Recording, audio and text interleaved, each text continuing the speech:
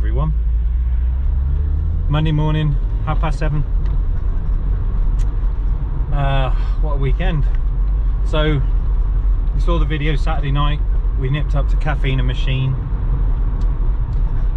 to go check out the Lotus Evija. 2 million quid, 2,000 electric horsepower.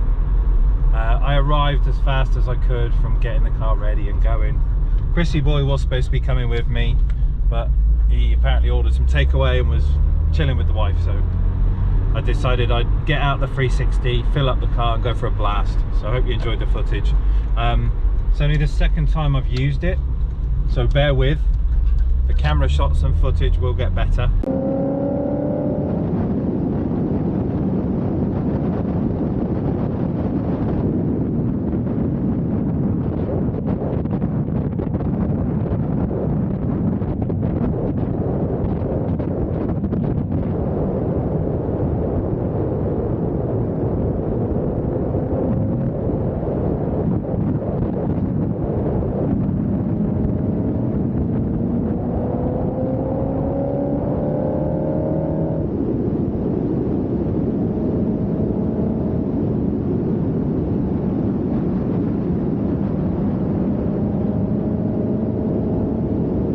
I'm just trying to muddle my way through another editing software, which is it's not complicated, but honestly, when it comes to stuff like that, I have the patience for it once I understand it. I can't read stuff and learn about it. I have to be shown.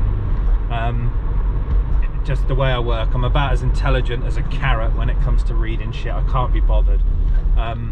So I'm more of a practical person. You show me how to use something and I'll use it. But so I have to watch loads of videos and tutorials on how to. Some make sense, some don't, some are good, some are bad, but I'm kind of getting to grips with it, so hopefully that will get better. Yeah, so we did the vid on Saturday night. Took the Lotus for a rather spirited drive, which was just the best fun ever. I do love that car. You got you get really carried away driving it, in a funny sense, and I don't mean that like it would never stand up in a court of law, but you get into the fact that the car can capably turn and accelerate and brake around pretty much anything at normal ludicrous speeds, if that makes sense. Like, you can drive it really quick and feel sort of really sure-footed, and it encourages you to kind of push on, and before you know it, you know, you're easily running 3 figures, happily just pottering along what feels like sort of complete madness, but you're getting on with it. Like, the car is hard to describe. If you've never been in a Lotus, find somebody with one and get them to take you out in it, because if they can drive properly and they know the car well, it really does put a big smile on your face, and it kind of blows your mind a little bit on how and why it does what it does. Obviously they're known for their handling, and the Esprit is a great car for that. But yeah, at one point I kind of had to have a little mental word with myself, and, you know, told myself to chill out, because the last on the return journey, I went down through Burford, which is another great road. I went up through Morton in the Marsh and the Fosse Way, and I come back through Burford where me and the missus got married, and I literally had to have a word myself and tell myself to chill out, because I was pushing the car, and we were just, you know, it doesn't sit behind anything, you know, you're just flat on it. I want to say thanks to the guy in the BMW who at one point, he was obeying the speed limit, and so was I. I caught him up quickly, so we were kind of together. I wasn't sat up his ass, I was giving him space. But when we went out of the 30 limit, he gave it some and I gave it some. Unfortunately, he didn't have the grunt, the power, the speed that I had. So I overtook him as he was giving it large, and then promptly just to flick his full beam on and start flashing me because I'd overtaken him. So he obviously suffers from, you know, small willy syndrome. Didn't like the fact that his BMW wasn't quick, and got humiliated in the process of trying to humiliate me. So big thanks for the, you know, flashing the lights and blinding somebody at that kind of speed. It's pretty stupid, it's pretty dangerous. So you know, that guy's obviously a penis. But it was just the best fun, and I'm going to get to grips with this camera more. We're going to do more of that.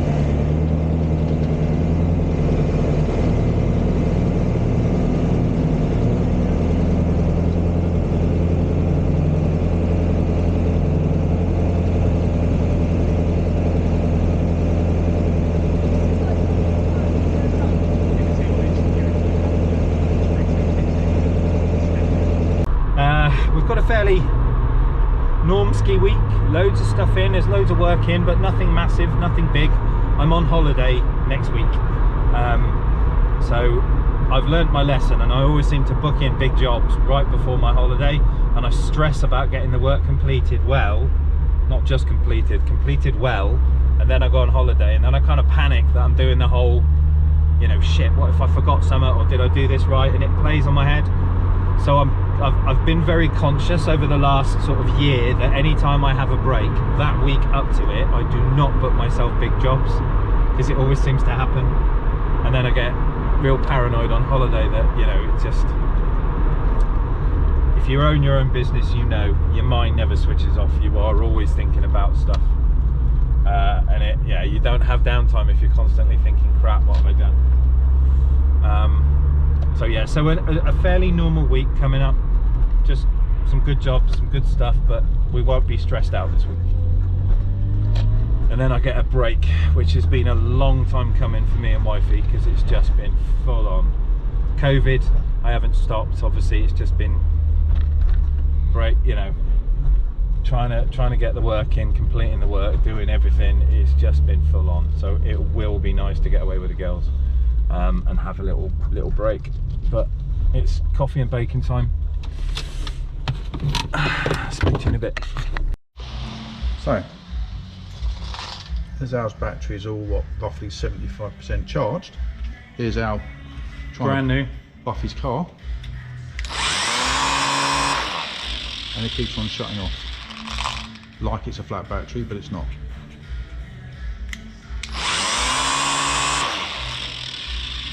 Brushless technology, my ass. That's a replacement one from That's the first brand one. new, it's never been used. That was also doing the same thing, wasn't Yeah. it?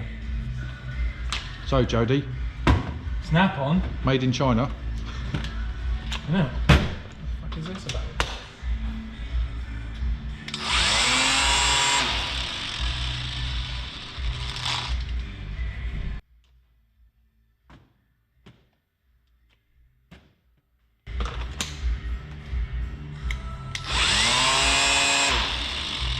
What a load of crap.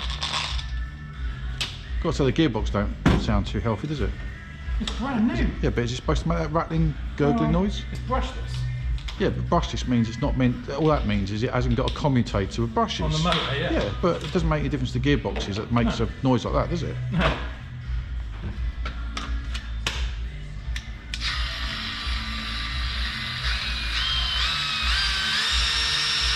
So do you know something about that head or what? Maybe it doesn't like the weight. Possibly, it could be throwing it out, couldn't it? I guess, because I guess what you would put in it is a tiny head. Is that right or not? Yeah. Maybe it doesn't It's like like the a balance. like a grinding wheel or something like Yeah. it. We'll try one of the other batteries we just tried. How bizarre. Maybe it doesn't like the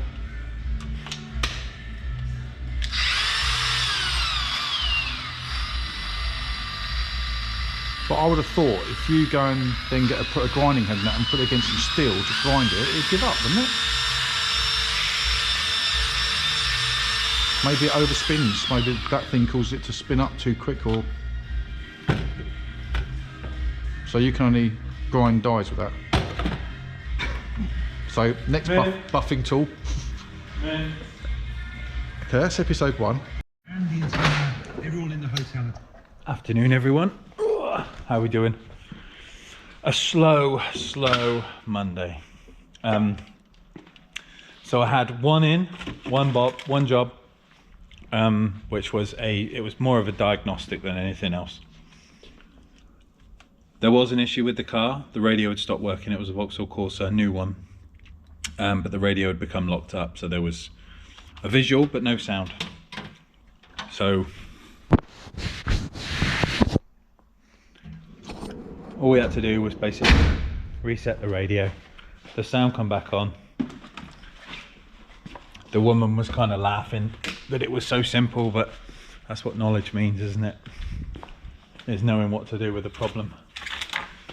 So her car done within a matter of minutes. We've got Snap on Tuesday tomorrow. That's rather exciting because we've missed one last week. We didn't have one. And I've got some tools that I need to change. We should have a new flyer.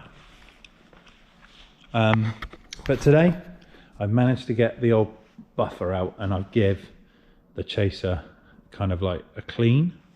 So we jet washed it, and then I basically give it a full-on machine mop. So it's now soft as you like. Paint's really good. It's funny, it looks so clean, but it wasn't until I started polishing that I ended up with bits that were, you know, affected, not polished.